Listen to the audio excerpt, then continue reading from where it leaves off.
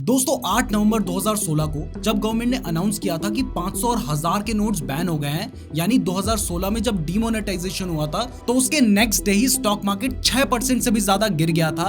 अब ऐसा ही एक सिमिलर डिसीजन कल भी गवर्नमेंट ने लिया है, जिसमें 2000 रुपए के नोट्स को मार्केट से विड्रॉ किया जा रहा है। तो गवर्नमेंट के इस डिसीजन का स्टॉक मार्केट में क्या इंपैक्ट पड़ेगा, क्या मंडे को स्टॉक मार्केट क्रैश होने वाला है, यही आज इस वीडियो में हम डिस्कस करने वाले हैं। ये एक बहुत ही शॉर्ट और इंपॉर्टेंट वीडियो है और इसमें आपके सारे डाउट्स क्लियर हो जाएंगे, तो इस वीडियो को पूरा ध्यान से जरूर देखिएगा। तो चलिए इस वीडियो को शुरू करते हैं। तो दोस्तों स्टॉक मार्केट में इस डिसीजन का क्या इंपैक्ट पड़ेगा, ये समझने से पहले हमें ये समझना होगा कि गवर्नमेंट ने अचानक से 2000 रुपए के नोट्स को बैन करने का डिसीजन क्यों लिया है। तो अपने प्रेस रिलीज में आरबीआई ने बताया है कि 2016 में जब 500 और 1000 के नोट्स को बैन करने का डिसीजन लिया गया था, उस टाइम पर क्योंकि करेंसी की शॉर्टेज हो गई थी, तो करेंसी की शॉर्टेज को पूरा करने के लिए 2000 रुपए के नोट्स को इंट्रोड्यूस किया गया था। और उसके बाद जब 2018-19 में सिचुएशन नॉर्मल हो गई थी, तो उसके बाद से गवर्नमेंट ने 2000 के नोट्स की प्रिंटिंग बंद कर दी थी। इसके बाद सेकंड रीजन जो आरबीआई ने दिया है 2000 के नोट्स को विड्रॉ करने का, वो ये है कि 89% जो 2000 के नोट्स हैं वो मार्च 2017 से पहले ही इशू किए जा चुके थे और इनका जो लाइफ स्पैन था वो 4 से 5 साल का ही था। इसके अलावा सबसे ज्यादा जब 2000 के नोट्स मार्केट सर्कुलेशन में हुआ करते थे वो टाइम था 31 मार्च 2018 का, और उस टाइम पर 37.3% 2000 के नोट्स मार्केट सर्कुलेशन में थे, जबकि अभी ये नंबर घटकर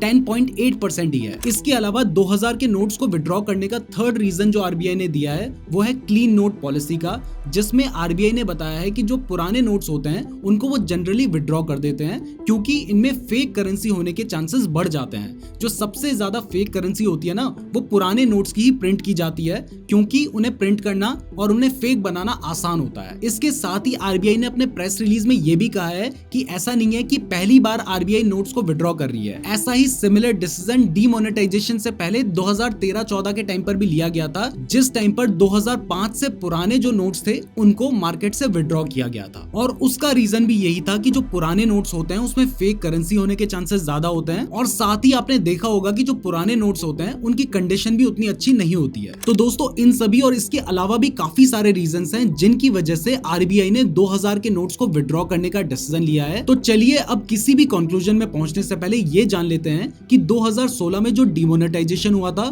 और अभी जो 2000 के नोट्स को विड्रॉ करने का एक्शन लिया गया है, इन दोनों के बीच में क्या डिफरेंस है। तो सबसे पहला डिफरेंस यह है कि 2016 में जो डीमोनेटाइजेशन हुआ था उसमें 500 और 1000 के नोट्स को इमीडिएटली लीगल टेंडर से हटा दिया गया था। मतलब जैसे ही ये अनाउंसमेंट हुआ था ना, उसके बाद से आप 500 और 1000 के नोट्स को यूज नहीं कर सकते थे। जबकि अभी जो 2000 के नोट्स को विड्रॉ करने का डिसीजन लिया गया है ये इमीडिएट नहीं है। आप चाहें तो अभी भी 2000 के नोट्स को यूज कर सकते हैं। मतलब अगर आप अभी भी 2000 के नोट लेकर सामान खरीदने जाएंगे तो उनको यूज किया जा सकता है, जबकि 2016 में ऐसा नहीं था। इसके साथ ही इस डिसीजन में आरबीआई ने 2000 के नोट्स को डिपॉजिट और लोअर डिनोमिनेशन में एक्सचेंज करने के लिए 23 मई से लेकर 30 सितंबर तक का टाइम दिया है, जिसकी एक बार की लिमिट 20,000 रुपए रखी गई है। मतलब आप आसानी से अपने जो 2000 के नोट्स हैं उन्हें एक्सचेंज करवा सकते हैं। दूसरा, 2016 में जब 500 और 1000 के नोट्स को बैन किया गया था उस टाइम पर वो दोनों एक बहुत ही इंपॉर्टेंट डिनोमिनेशन हुआ करते थे, जिनको डिमोनेटाइज करने से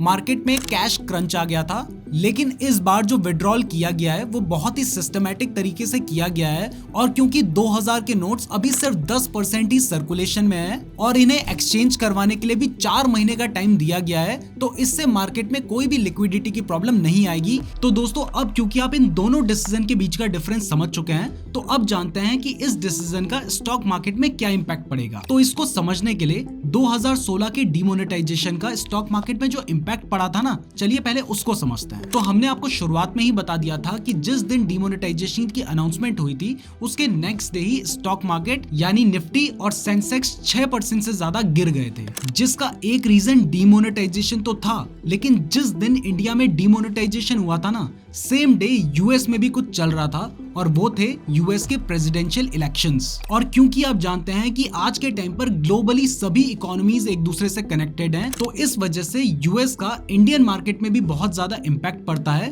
और ये भी एक रीजन था जिस वजह से उस दिन मार्केट गिरा था। दूसरा, आप जानते हैं कि 2016 में मेनली जो ट्रांजैक्शंस की जाती थी वो कैश में ही की जाती थी। उस टाइम पर डिजिटल ट्रांजैक्शन उतनी ज्यादा नहीं होती थी, जिसकी वजह से जैसे ही 500 और 1000 के नोट्स को लीगल टेंडर से बाहर किया गया ना, वैसे ही मार्केट में कैश क्रंच आ गया, जो कि मार्केट गिरने का एक मेजर रीजन था। जबकि आज के टाइम पर इंडिया में ज्यादातर ट्रांजैक्शंस यूपीआई के थ्रू होती हैं। इवन इंडिया डिजिटल ट्रांजैक्शंस में पूरे वर्ल्ड में नंबर 1 पर आता है, जिसकी वजह से हमारी कैश के ऊपर जो डिपेंडेंसी है वो बहुत ही कम हो गई है। इस डिसीजन का हमारे ऊपर कोई बहुत बड़ा इम्पैक्ट नहीं होगा। इसके साथ ही इस बार जिस डिनोमिनेशन में डिसीजन लिया गया है, मतलब जो 2000 रुपए के नोट्स हैं, वो सर्कुलेशन में उतने ज्यादा नहीं है, सिर्फ 10% के आसपास ही हैं और इसके विड्रॉल के लिए भी अच्छा खासा टाइम दिया गया है। इसलिए हमें लगता है कि 2000 रुपए के नोट्स को विड्रॉल करने का जो ये डिसीजन है, इसका स्टॉक मार्केट पर कोई खास इम्पैक्ट नहीं पड़ेगा। और अगर इन केस थोड़ा बहुत इम्पैक्ट पड़ता भी है तो वो भी बहुत ही टेम्पररी होगा, जिसको मार्केट बहुत ही जल्दी रिकवर कर लेगा। तो अगर आप एक लॉन्ग टर्म इन्वेस्टर हैं तो आपको कोई भी टेंशन लेने की जरूरत नहीं है। छोटे मोटे डिसरप्शन से आपको डरने की जरूरत नहीं है।